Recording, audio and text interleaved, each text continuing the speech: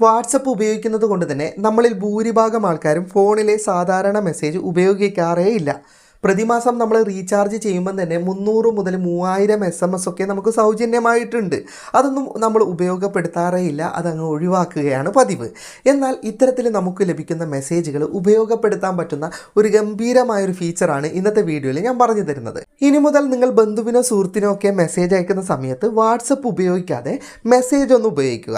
എന്നിട്ട് ഞാൻ പറയുന്ന വാക്കുകൾ നിങ്ങളുടെ മെസ്സേജിൽ ഉൾപ്പെടുകയാണെങ്കിൽ മനോഹരമായ ഗ്രാഫിക്സോട് കൂടിയാണ് അവർക്ക് ആ മെസ്സേജ് പോകുക. അതായത് ആനിമേഷൻ ഗ്രാഫിക്സ് മനോഹരമായൊരു ഫീച്ചറാണ്. ജസ്റ്റ് നിങ്ങൾ സാധാരണ മെസ്സേജിലൂടെ അവർക്കൊന്ന് മെസ്സേജ് അയച്ചു നോക്കുക. അപ്പോൾ ആ ഒരു ഫീച്ചർ എന്താണെന്ന് വീഡിയോയിൽ ഞാൻ കാണിച്ചു തരാം. ഈ ഒരു ഓപ്ഷൻ ഗൂഗിളിൻ്റെ മെസ്സേജ് ആപ്ലിക്കേഷൻ ഉപയോഗിക്കുന്നവർക്കേ ലഭിക്കുകയുള്ളൂ. സാധാരണ ഫോണിലുള്ള മെസ്സേജ് ആപ്ലിക്കേഷൻ ആണെങ്കിൽ ഇത് ലഭിക്കില്ല. ഭൂരിഭാഗം ഫോണിലും ഗൂഗിളിൻ്റെ മെസ്സേജ് ആപ്ലിക്കേഷൻ ഉണ്ട്. ഇനി നിങ്ങളുടെ ഫോണിൽ ഇല്ലെങ്കിൽ നിങ്ങൾക്ക് പ്ലേ സ്റ്റോറിൽ നിന്ന് ഗൂഗിളിൻ്റെ മെസ്സേജ് ആപ്ലിക്കേഷൻ ഇൻസ്റ്റാൾ ചെയ്യാവുന്നതാണ്. ജസ്റ്റ് സെർച്ച് ചെയ്താൽ ഗൂഗിളിൻ്റെ മെസ്സേജ് ആപ്ലിക്കേഷൻ കിട്ടും. അത് സെറ്റ് ചെയ്യണം ഫോണിൽ ഡീഫോൾട്ടായിട്ട്. ഞാൻ എൻ്റെ മെസ്സേജ് ആപ്ലിക്കേഷൻ ഓപ്പൺ ചെയ്തിട്ട് ഒരാൾക്ക് മെസ്സേജ് അയച്ച് കാണിച്ചു തരാം. എൻ്റെ നമ്പറിലേക്ക് തന്നെയാണ് ഞാൻ അയക്കുന്നത്. നമ്മൾ സാധാരണ എന്തെങ്കിലും വിഷസ് അയക്കുന്ന സമയത്ത് ഇപ്പോൾ ഹാപ്പി ബർത്ത്ഡേ അയക്കുന്നുണ്ടെങ്കിൽ നിങ്ങളുടെ മാറ്ററല്ലേ എഴുതാം.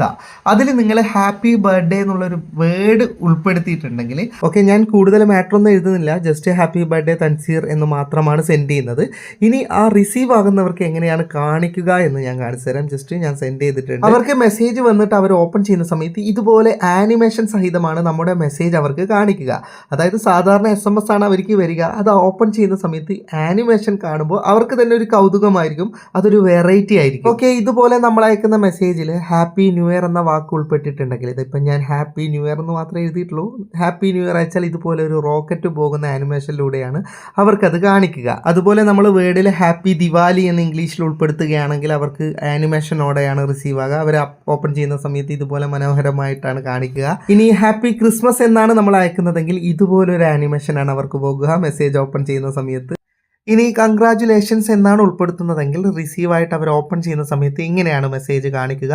ഇനി സ്വീറ്റ് ഡ്രീംസ് എന്നാണ് നിങ്ങൾ മെസ്സേജ് ചെയ്യുന്നതെങ്കിൽ അവർ ഓപ്പൺ ചെയ്യുന്ന സമയത്ത് ഇങ്ങനെ. ഇതുപോലെ ചില പ്രത്യേക വാക്കുകൾ നമ്മുടെ മെസ്സേജിൽ ഉൾപ്പെടുത്തുകയാണെങ്കിൽ അവർക്ക് ആനിമേഷനിലൂടെയാണ് ആ മെസ്സേജ് റിസീവ് ആവുക. എല്ലാ വാക്കുകളും വീഡിയോയിൽ ഉൾപ്പെടുത്താൻ പറ്റില്ല. അപ്പോൾ ജസ്റ്റ് നിങ്ങളും ട്രൈ ചെയ്ത് നോക്കിയിട്ട് നിങ്ങൾക്ക് എന്തൊക്കെ വാക്കുകൾ കിട്ടുന്നുണ്ട് അതൊന്ന് കമൻറ്റ് ചെയ്യണം കേട്ടോ. അങ്ങനെയാണെങ്കിൽ മറ്റുള്ളവർക്കും ഉപകാരം. അപ്പോൾ മാസം തോറും നമ്മൾ മെസ്സേജുകൾ വെറുതെ കളയുന്നതിന് പകരം അത് സുഹൃത്തുക്കൾക്ക് ഇതുപോലെ വെറൈറ്റി ആയിട്ട് അയച്ചു കൊടുത്താൽ അവർക്കും ഒരു സന്തോഷമായിരിക്കും, അവർക്കും വെറൈറ്റി ആയിരിക്കും. കാരണം വാട്സപ്പിലൊക്കെ നമ്മൾ സ്ഥിരം അയക്കുന്നതല്ലേ, ഇതാകുമ്പോൾ വെറൈറ്റി ആനിമേഷനിലൂടെ മെസ്സേജ് പോകും. ഇതെന്താണ് ഇവനെ അയച്ചിരിക്കുന്നത് എന്ന കൗതുകത്തോടെ അവർ ഓപ്പൺ ചെയ്യുകയും ചെയ്യും.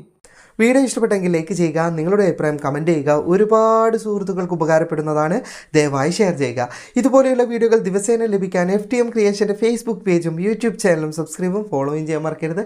അപ്പോൾ വീണ്ടും മറ്റൊരു വീഡിയോയുമായി കാണുന്നത് വരെ ഗുഡ് ബൈ.